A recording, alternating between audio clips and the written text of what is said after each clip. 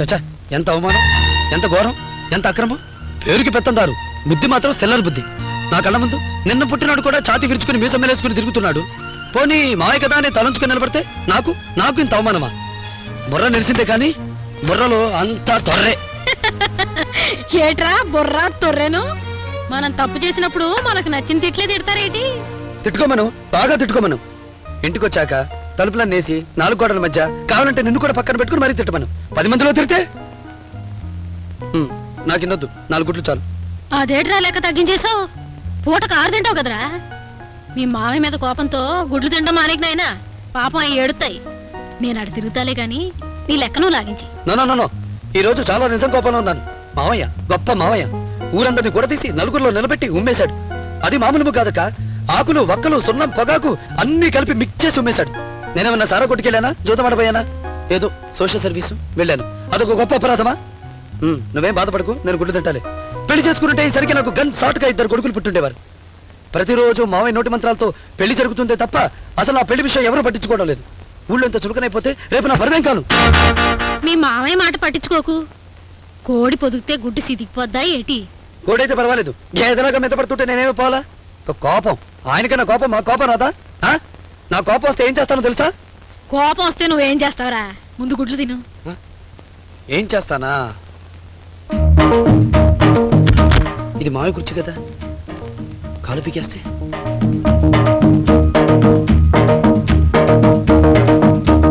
అబ్బా!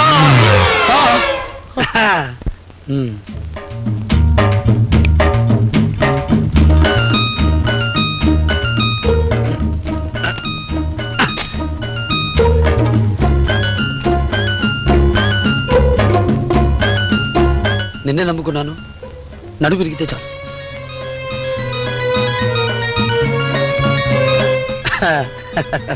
రామావా రా, ఉమ్మేస్తావా?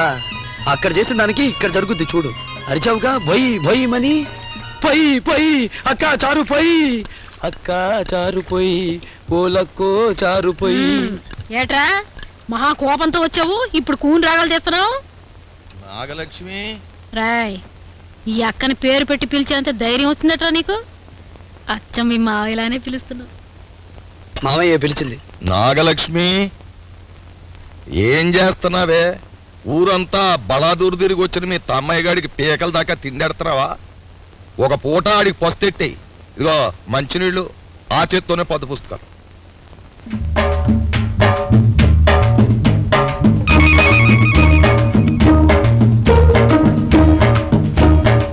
రేయ్ గోపి, నీకు నిన్ననగా చెప్పాను, ఆ ఒంగోలు గెత్త ఎన్ని తాళ్లు కట్టినా తెంపేసుకుంటుంది, గొలుసు తీసి దానికి ఎయిరా అని చెప్పారు. ఎయ్యి మరి. అలాగే కూర్చోకుండా వెళ్ళిపోతాడేంటి? కూర్చుంటాడులే నడు ఇరుగులే, కూర్చుంటాడులే పడి నడు ఇరుగులే.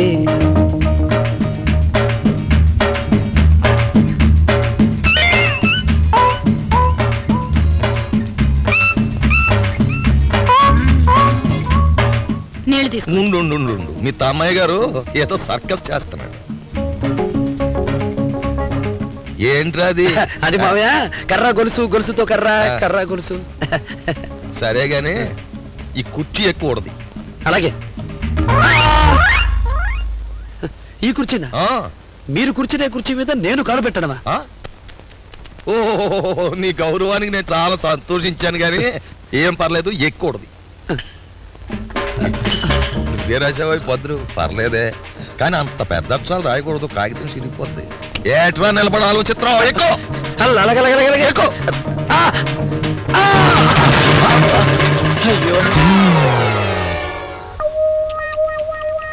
ఆడు పడితే పడ్డాడుగా, నిక్షేపంలో జలతారకుండా మన అలా కొట్టేశాడు.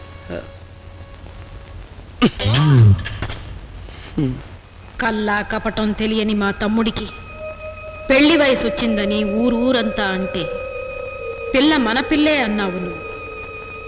ఆడికి నచ్చిన పిల్లనే ఇచ్చి చెయ్యాలన్నాను నేను. కానీ ఆ వచ్చిన పిల్ల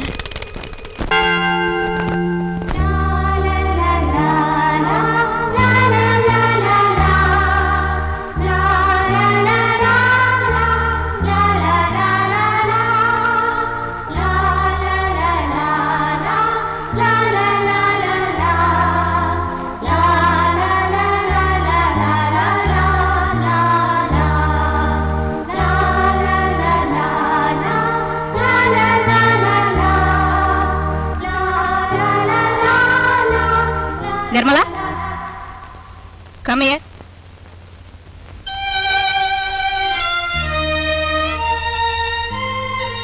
బ్లెస్ మీ మదర్. ముందు నువ్వు ఆ నన్ను డ్రెస్ తీసిరా, ఆశీర్వదిస్తాను. డాక్టర్ ఉద్యోగం చేయబోయే నీకు ఈ డ్రెస్ ఎందుకు? నేను ఈ డ్రెస్తోనే డాక్టర్ ఉద్యోగం చేస్తాను. ప్లీజ్. చూడమ్మా, కోరుకున్న వారంతా తొడుక్కునే డ్రెస్ కాదు ఇది. మనసు ఒక తీరాన్ని చేరుకున్న వారు మాత్రమే తొడుక్కోవాలి. నేను తొందరలోనే కన్యాస్త్రీగా మారాలనుకుంటున్నాను కదా మదర్. చూడమ్మా, నువ్వు పుట్టినప్పటి నుంచి మమ్మల్ని ఈ చర్చిని నీ తల్లిదండ్రులుగా తలపోసి పెరిగావు. నిజంగా నీకు తల్లిదండ్రులే ఉండుంటే నీకు పెళ్లి చేసి బిడ్డా పాపలతో సుఖపడాలని కదా కోరుకుంటారు. లోకం తీరు తెనులు తెలియని చిన్నపిల్లవి. నిన్ను కన్యాస్త్రీని చేయటం మాకెవ్వరికీ ఇష్టం లేదు. ముందు ప్రపంచాన్ని తెలుసుకునిరా. ఇదిగో లెటర్. ఊరుకు వెళ్ళగానే ఫాదర్ లారెన్స్కి లెటర్ చూపించు. నీకు కావలసిన ఏర్పాట్లన్నీ చూస్తారు.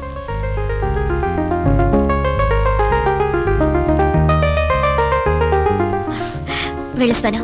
వస్తాను. Bless me mother. God bless you my child. Thank you. Sriram Sriram Sriram. గురు, నిన్ను ఎవరో తలుచుకుంటున్నారు గురు. నా గురించి ఎవడరా తలుచుకుంటాడు? నన్ను మా మావయ్య తిట్టడానికి తలుచుకుంటాడు తప్ప ఇంకెవడు తలుచుకుంటాడు? ఎప్పుడు చిపాట్లే. ఏదో చెట్టంత మేనలుడు, ఎస్ఎల్సి ఫెయిల్ అయ్యాడు, ఒక కోటు గాని సూటు గాని కుట్టించాలనుకున్నాడా? అనుకోలేదా? అవన్నీ కావాలంటే మంచి మావయ్య దొరకాలరా. అలాగని మాటి మాటికి మావయ్యను మార్చేస్తా పెట్టి కోర్టు కావాలంటే రూట్ మార్చాలి. ఏరుట్రా? మన రైస్ మిల్ ఉందా, గల్లా పెట్టుందా, అందులో చెయ్యట్టు కోర్టు ఎగురుకుంటూ వస్తుంది. గురు, కోర్టు.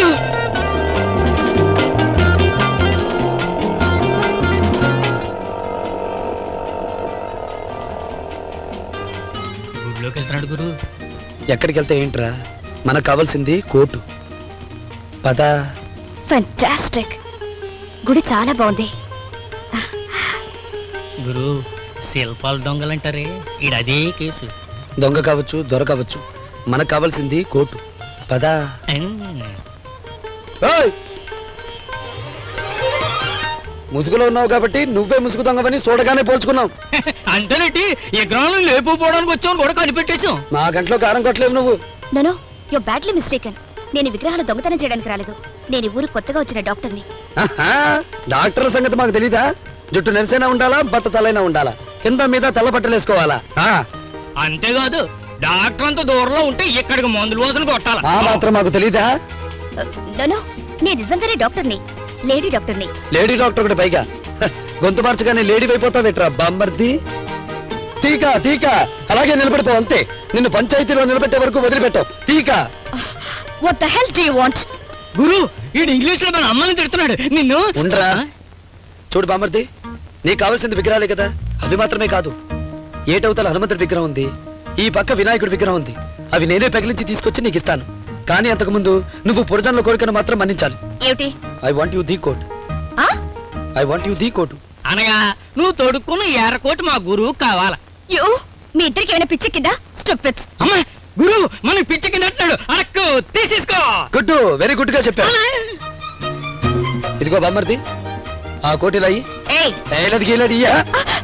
ఇదిగో బామ్మర్ది, ఆ కోటిలో బామ్మర్ది. పట్టుకో పట్టుకోండి. బామ్మర్ది ఆగరా, ఆగు.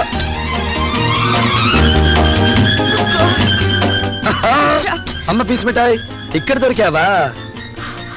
ఇదిగో బామ్మర్ది, నిన్ను కోట్ ఒకటే అడిగాను, ప్యాంట్ అడిగానా? ఈ లోకంలో మా మావ ఒక్కడే పిసినారు ముసలాడు అనుకున్నాను, కానీ నువ్వు అంతకంటే పిసినారులో ఉన్నావేంట్రా బాబు? నేను బాబుని కాదు. పోనీ తాతవి. నో. ఒక్కసారి ఇస్తే వేసుకుని వెంటనే ఇచ్చేస్తాను. ప్లీజ్. బాబు నాయన అంటే ఎందుకు ఇస్తావులే? No. కోట్ ఇప్పడానికి మన టెక్నికే వేరు.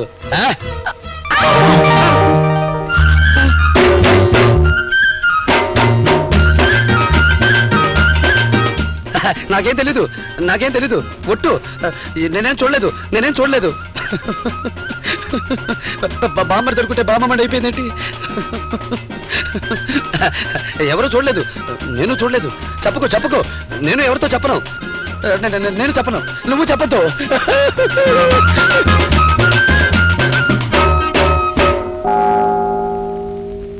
నేను మత గురువుని. మతబోధకు బదులు హితబోధలు చేస్తున్నాడేమిటా అని మీకు ఆశ్చర్యం కలగవచ్చు. మతం మనుషుల్ని కడతీర్చే ఒక మార్గం, అంతే. ఆ మార్గం సన్మార్గం అయితే ఏ మతమైనా ఒకటే. అయ్యా నేను రోజు సాయంకాలం వరకు మీ బోధనలే వింటున్నాను, భోజనం గడవడం లేదు. ఎలా గడుస్తుంది? రోజు నేను చేసే బోధనలు వినడం కోసం నువ్వు చర్చికి మాత్రమే వచ్చి నీ బాధ్యతలు మర్చిపోతే భగవంతుడు హర్షించడు, ఆయన వండి నీకు అన్నం పెట్టడు. ఈ చర్చిలో మాత్రమే భగవంతుడు లేడు. నువ్వు చేసే వృత్తిని దైవంగా భావించు, అప్పుడు బోపుడుతుంది. God bless you. మమ్మల్ని కూడా బ్లెస్ చేయండి ఫాదర్. ఈ పిల్లల్ని ఎక్కడైనా హాస్టల్లో చేర్పించి సాయపడండి, మాకు చాలా కష్టంగా ఉంది. మొక్కండ్రా. ఆ పని నేను చూస్తాను. కానీ ఇప్పటికే నువ్వు 1, 2, 3, 4, 5 తప్పులు చేశావు. అదిగో 6వ తప్పు కళ్ళ ముందే ఉంది. నా మాట విని నువ్వు ఆపరేషన్ చేయించుకో. మన మతం ఒప్పుకుంటుందా ఫాదర్? మతం మనిషిని మంచిగా బతకమని చెప్తుందమ్మా, కానీ సంతానాన్ని పెంచుకుని అనారోగ్యాన్ని కొనుక్కోమని చెప్పు. నేను చెప్పిన పని చేయి. డాక్టర్ లూయిస్ నేను లెటర్ రాసిస్తాను. ప్రెసిడెంట్ గారు, ఈయనతో నాకు పని ఉంది. నమస్కారం అండి. ఊళ్ళో పంటకాలు తవ్వించమంటే తవ్వించారు. అందులో నీళ్లు వచ్చే ఏర్పాట్లు కూడా చేయండి, రైతులు ఇబ్బంది పడుతున్నారు. ఆ కాలువ దవించడానికే తల ప్రాణం తోకొచ్చింది. పంచాయతీ ఎలక్షన్స్ రానియండి, బసవరాజు గారితో చెప్పి నీళ్లు తెప్పిస్తాను. ఇదిగో ఫాదరు, నీ చర్చికి ఎల్ల ఇస్తాను, నీకు వెండి సిలువ చేయిస్తాను. దయచేసి పాలిటిక్స్ లో దిక్కండి. చర్చి మీద జెండా ఎగిరితే బాగోదు. పాలిటిక్స్ కి నేను చెప్పేదానికి ఏమీ సంబంధం లేదు ప్రెసిడెంట్ గారు. ఈ ఊరికి సంబంధించిన సమస్యల్ని పట్టించుకోవాల్సిన బాధ్యత మీది. మీరు పట్టించుకోకపోతే నేను పట్టించుకుంటాను. మీరు పట్టించుకోకండి. మీరు పట్టించుకుంటారా? నేను పట్టించుకోవాల్సిన చాలా ఉన్నాయి. అయితే నాకు వదిలేయండి, నేను పట్టించుకుంటాను. అయ్యారా మనం తొందరగా ఇంటికి వెళ్ళకపోతే చిన్నమ్మగారు పెద్దమ్మగారు మిమ్మల్ని పట్టించుకుంటారు. ఫాదరు వస్తాను. ఏమిటయ్యా నీ బాధ? దండం పెట్టుకోవాలండి. పెట్టే పట్టు. God bless you. ఫాదరే మీతో ఓ ముఖ్యమైన విషయం మాట్లాడాలి. వీళ్ళు చూసుకొని వస్తారు. Father, good morning father. Good morning. I'm Nirmala, Saint Joseph church నుండి వస్తున్నాను. Welcome my child. Mother superior మీకు లెటర్ ఇమ్మన్నారు. Oh I see. ఫాదర్, నేను ఈ చర్చిలోకి వెళ్ళి ప్రార్థన చేసుకోవచ్చా? చూడమ్మా, ప్రభు ఇంతవరకు అందరి కష్టాలు విని అలసిపోయి రెస్ట్ తీసుకుంటున్నాడు. ఆయనకి నీ కష్టం కూడా చెప్పి డిస్టర్బ్ చేయడం ఎందుకు చెప్పు? చుట్టూ ఉన్న చెట్లు పుట్టలు అవి చూసి ఆనందించు, వాటిలో కూడా ప్రభు ఉన్నాడు. లెటర్ చదివారా ఫాదర్? నేను ఈ చర్చిలోనే ఉండొచ్చు కదా? నువ్వు ఇక్కడ ఉండొచ్చని లెటర్లో లేదమ్మా. నన్గా వచ్చిన వాళ్ళు మాత్రమే ఇక్కడ ఉండాలి. డాక్టర్ ఉద్యోగానికి వచ్చిన వాళ్ళకి ఈ ఊరి పెద్ద బసవరాజు గారి ఇంటి దగ్గర బస ఏర్పాటు చేశారు. వెళ్ళి వారిని కలుసుకో. హోదాలతో బ్రతకడం నాకు చేత కాదు ఫాదర్. సామాన్యంగా బ్రతకడానికి ఈ గుడే నాకు చాలు. Please father. సామాన్యుల మధ్య బతికేది అది సామాన్యుల బతుకమ్మా. మనుషులకి దూరంగా బతికేది అరణ్యవాసం అనిపించుకుంటుంది. వెళ్ళరామ్మా.